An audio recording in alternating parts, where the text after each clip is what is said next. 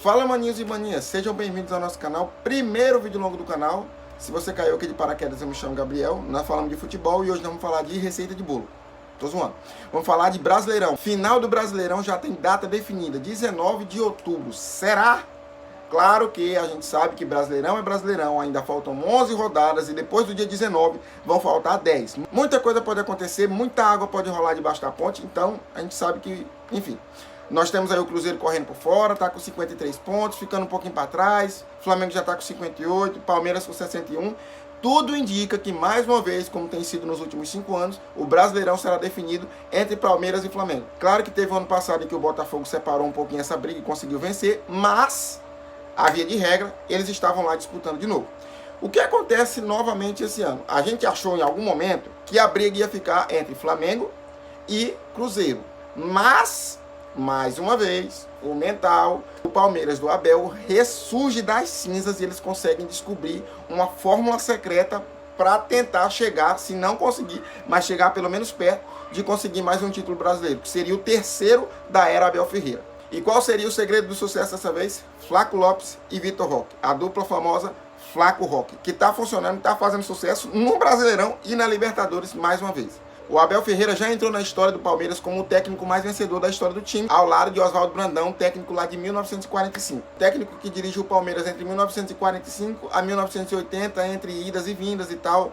É o técnico que mais tem jogos na história com o Palmeiras, tem 10 títulos, assim como o Abel, mas o Abel está há 5 anos e já tem 10 títulos. Isso dá uma média de 2 títulos por ano. O Abel é brabo dos brabos. Uma coisa que eu acho curioso é que ele tem a capacidade de se reinventar. Ele já conseguiu ganhar título com o jogador da base, ele já conseguiu se reinventar. Agora ele pegou o Flaco Lopes, que todo mundo enxergava como centroavante, e colocou ele mais recuado como meio, e o cara tá jogando o fino do fino da bola. Agora, pra mim, o grande destaque está nos últimos 11 jogos, tanto de Flamengo como de Palmeiras, aqui onde se separaram os meninos dos homens. O que aconteceu nos últimos 11 jogos do nosso querido Palmeiras? O Palmeiras nos últimos 11 jogos teve 8 vitórias, 2 empates e apenas uma derrota. Curioso é que o Flamengo teve 6 vitórias, 4 empates e apenas uma derrota. Sabe pra quem os dois perderam? Pro Bahia do Rogério Ceni. Tu me acredita num negócio desse? Os dois times que estão na liderança do Brasileirão só perderam nos últimos 11 jogos pro Bahia do Rogério Ceni. Que coisa, não? Se a gente for parar para calcular a pontuação que todos os dois times tiveram nesses 11 jogos, para tentar botar uma média ali para mais ou menos o que vai ser os próximos 11 jogos. O Flamengo conseguiu nesses 11 jogos 22 pontos. O Palmeiras conseguiu nos mesmos 11 jogos 26 pontos.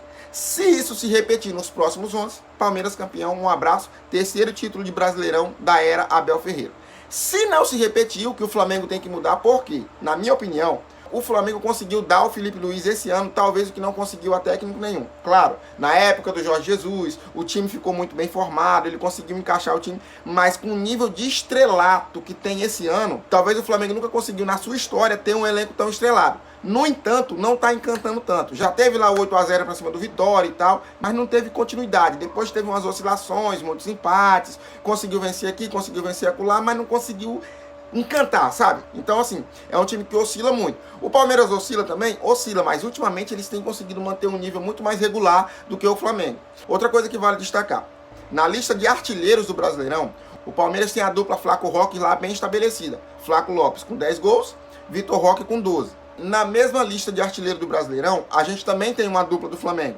Em segundo lugar, o Arrascaeta com 14 e o Pedro com 11 gols. Qual é o problema? O problema é que o Arrascaeta é o artilheiro e está como titular do Flamengo. No entanto, o Pedro, que é o vice-artilheiro, não é titular do Flamengo. E algumas notícias dizem que o Pedro no bastidor está sendo meio que podado por conta daquela situação lá atrás ainda do Felipe Luiz e tal. Enfim, a gente não sabe exatamente o que acontece. No entanto, o que a gente sabe aqui, enquanto há um certo burburinho com relação ao Pedro no Flamengo, a dupla Flaco Roque no Palmeiras está indo de vento em popa. Então, ou seja, tudo demonstra que o momento atual do Palmeiras é melhor do que o momento atual do Flamengo. Eu peguei aqui os números da última partida contra o Red Bull Bragantino do Palmeiras e achei algumas coisas interessantes. Um detalhe, o mental. O Palmeiras mais uma vez começou o jogo perdendo, tomando um gol de um ex seu, John, a famosa lei do ex. E o que acontece? Eles viram o jogo para 5-1. 5-1. O Palmeiras é esse time, eles têm um mental muito forte. Cara, isso conta muito. A gente vê o exemplo disso na seleção brasileira. O que aconteceu no último jogo contra o Japão demonstra que o mental entra em campo sim e às vezes joga de centroavante. Atenção para os números. Chutes ao gol, Palmeiras 26, Red Bull Bragantino 6. No alvo, Palmeiras 12, Red Bull Bragantino 2. Posse de bola, 62% do Palmeiras, 38% do Red Bull Bragantino. Passes trocados pelo time, 512 do Palmeiras, 318 do Red Bull Bragantino.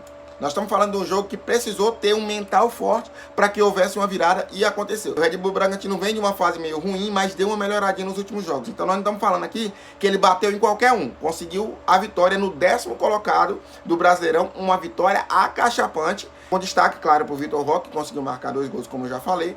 Mas o time do Palmeiras está conseguindo reagir, ressurgir das cinzas. Claro, tem muitas oscilações que ainda podem acontecer, muita coisa vai acontecer nessas últimas 11 rodadas, mas tudo caminha para que o Palmeiras, mais uma vez, se sagre campeão. Posso dar minha humilde opinião aqui? Eu acho que o jogo entre Palmeiras e Flamengo no próximo domingo não vai definir o Brasileirão, a menos que aconteça uma goleada acachapante de um dos lados, que vai acabar totalmente com o mental, emocional do time, vai deixar o time, sabe, lá embaixo. Talvez isso pode até não afetar tanto, porque nós estamos falando do primeiro e do segundo colocado do Brasileirão, e que mesmo que um perca, o outro não será alcançado, nenhum dos dois. Mas assim, a gente sabe que goleada pode ter um efeito negativo e tal. E uma segunda hipótese é que mesmo que não aconteça uma goleada, seja 1-0, 2-0 para um dos dois lados, mas seja assim aquele 2-0 dominado, mesmo assim do começo ao fim, que o outro time não tenha nem como reagir, pode ser que isso também abale um time e deixe o outro muito forte. Mas em circunstâncias normais, dificilmente isso vai acontecer. A gente sabe que Brasileirão tem muita coisa para acontecer, tem a questão da arbitragem que ainda precisa ser resolvida, mas enfim, pelo que já tem demonstrado nos últimos jogos, a evolução e tal, tudo indica que o Palmeiras está em um melhor momento. Quer dizer que ele vai ser campeão? Acho que a gente já pode conversar sobre o assunto, mas ainda é cedo para definir. Porém, vamos ver o que vai acontecer nos próximos jogos aí. Se você curte futebol, curtiu esse vídeo, se inscreve no canal, curte o vídeo, deixe seu comentário, compartilhe para o máximo de pessoas que você quiser. E é nóis, até o próximo vídeo. Valeu, maninhos e maninhas.